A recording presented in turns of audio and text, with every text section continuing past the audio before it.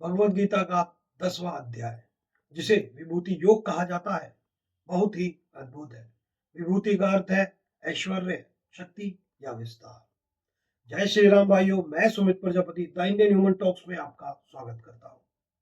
तो चलिए गीता के पन्नों को खोलते हैं और जानते हैं 10वां अध्याय। पिछले अध्यायों में कृष्ण ने बताया कि वह हर जगह है, लेकिन अर्जुन के मन में जिज्ञासा उत्पन्न हुई। अर्जुन ने कहा, हे प्रभु, मैं संसार की किन किन चीजों में आपको देखूं, आपकी महानता को कैसे पहचानूं।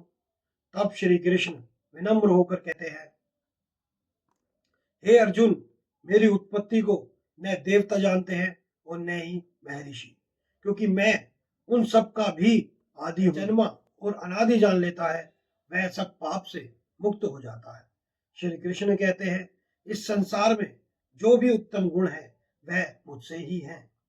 निश्चय करने की शक्ति, यथार्थ ज्ञान, क्षमा, सत्य, इंद्रियों का वश में करना, मन का निग्रह तथा सुख दुख, उत्पत्ति प्रलय और भय अभय तथा अहिंसा, समता, संतोष, तप, दान, कीर्ति और अपकीर्ति, ऐसे यह नाना प्रकार के भाव मुझसे ही होते हैं।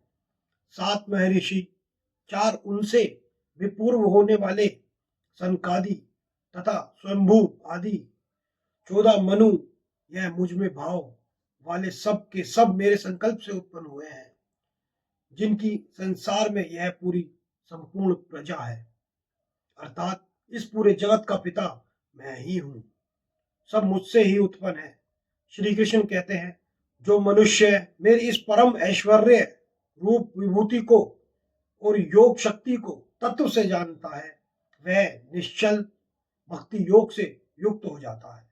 इसमें कुछ भी संशय नहीं है, मैं वासुदेव ही संपूर्ण जगत की उत्पत्ति का कारण हूं और मुझ में ही सब जगत चेष्टा करता है। इस प्रकार समझकर श्रद्धा और भक्ति से युक्त बुद्धिमान भक्तजन मुझ परमेश्वर को ही निरंतर भजते हैं। निरंतर मुझ में मन लगाने वाले और मुझ में ही प्राणों को अर्पण करने वाले भक्तजन मेरी भक्ति से निरंतर संतुष्ट होते हैं और मुझ वासुदेव में ही निरंतर रमन करते हैं। इस तरह प्रेम पूर्वक भजने वाले भक्तों को मैं वह तत्व ज्ञान रूप योग देता हूं, जिससे वह मुझको ही प्राप्त होते हैं। श्री कृष्ण के यह कथन सुनकर अर्जुन बोले, आप ही परम ब्रह्म, परम धाम और परम पवित्र हैं, क्योंकि आपको सब ऋषिगण सनातन दिव्य पुरुष एवं देवों का भी आदि देव, अजन्मा और सर्वव्यापी कहते हैं। मैं इन सबको सत्य मानता हूं। हे भगवान, हे जगत के स्वामी, हे पुरुषोत्तम, आप अपने से ही स्वयं को जानते हैं, इसलिए आप ही उन अपनी दिव्य विभूतियों को संपूर्णता से कहने में समर्थ है। तो हे जनार्दन, अपनी योग शक्ति को और विभूति को विस्तार पूर्वक आप ही कहिए। हे कुरुश्रेष्ठ अर्जुन, अब मैं जो मेरी दिव्य विभूतियां हैं उनको तेरे लिए प्रधानता से कहूंगा, क्योंकि मेरे विस्तार का अंत नहीं है। हे अर्जुन, मैं सब जीवों के हृदय में स्थित सबकी आत्मा हूं तथा सभी जीवों का आदि, मध्य और अंत भी मैं ही हूं।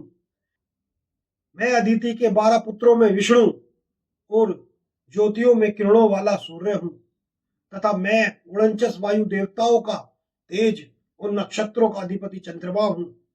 मैं वेदों में सामवेद हूं, देवों में इंद्र हूं, इंद्रियों में मन हूं और भूत प्राणियों की चेतना अर्थात जीवन शक्ति हूं।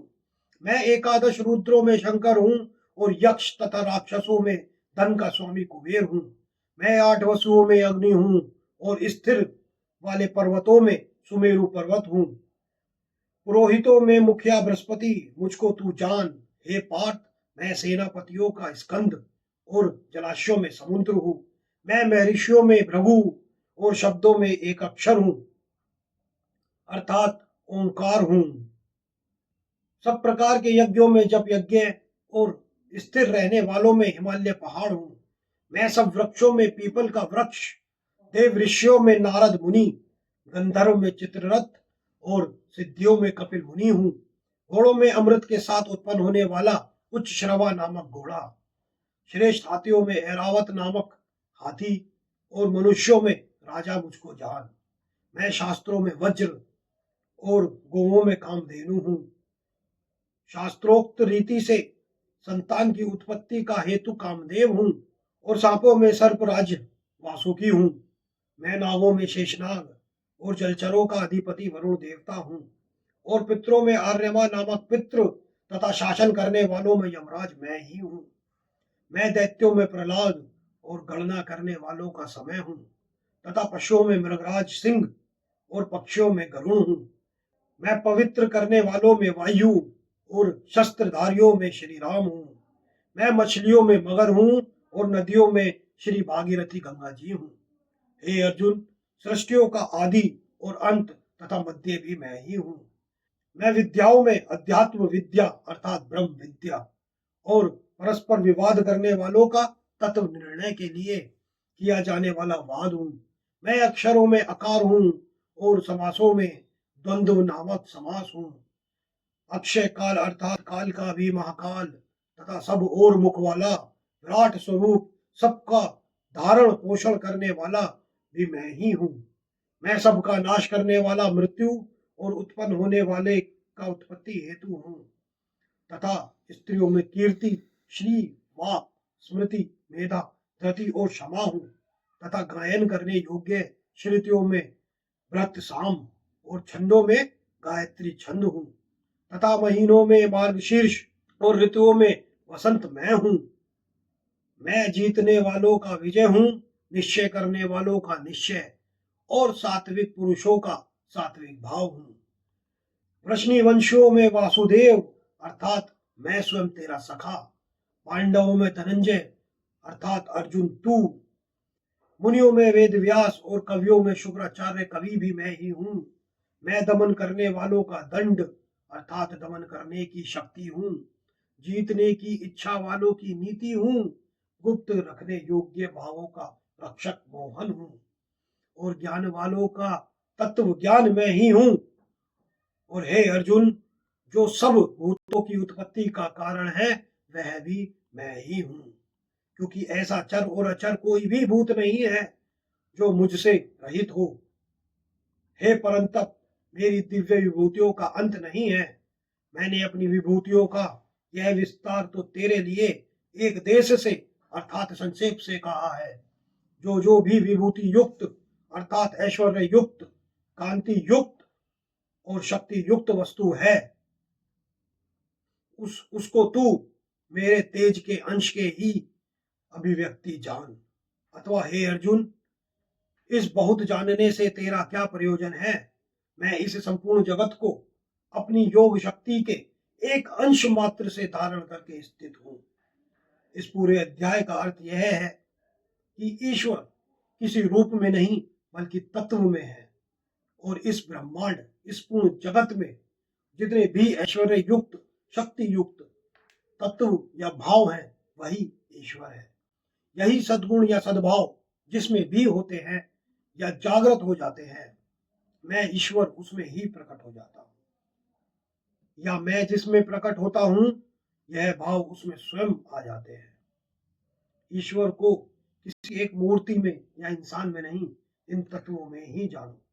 और जिसने यह तत्व अपना लिए उसने ईश्वर को अपना लिया। जो इन तत्वों को जैसे दया, प्रेम, सत्य, ज्ञान, भक्ति, शांति आदि तत्वों को खुद में जागृत कर लेता है, उसमें ईश्वर स्वयं ही वास कर जाते हैं। फिर ईश्वर को बुलाने या ढूंढने की जरूरत नहीं पड़ती।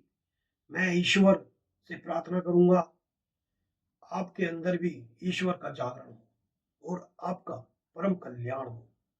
ईश्वर की इसी भक्ति से जुड़े रहने के लिए हमें सब्सक्राइब करें, लाइक, कमेंट, शेयर करें। मिलते हैं अगली वीडियो में, तब तक के लिए जय श्री राम।